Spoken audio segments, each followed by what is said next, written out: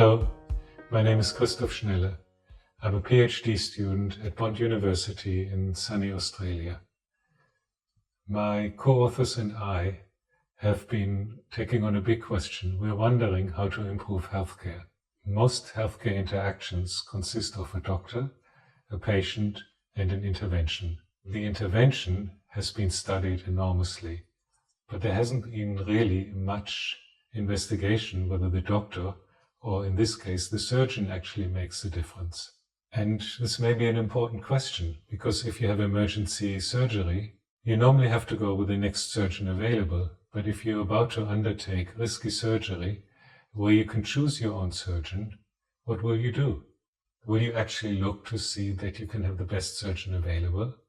And if you do, you could ask your GP or primary care doctor, or you could check on the internet for a comparison site among surgeons.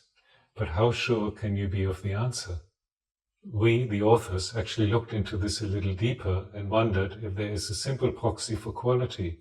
And the answer was no. No simple one.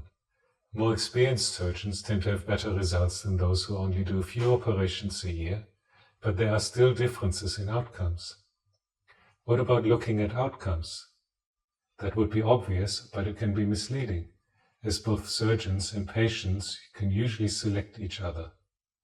A surgeon who specializes in emergency surgery can be much better, but have a worse record than a surgeon who only does uncomplicated cases on mostly healthy patients.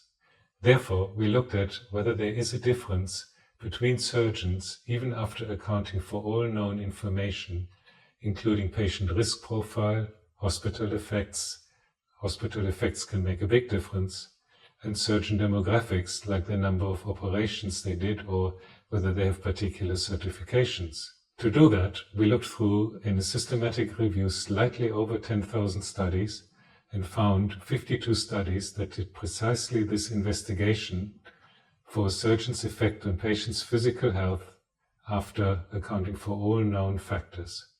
And what we found is that there can be large differences in outcomes between surgeons, and this difference depends on the outcome measured, for example, mortality or reoperation rate, and the type of surgery undertaken.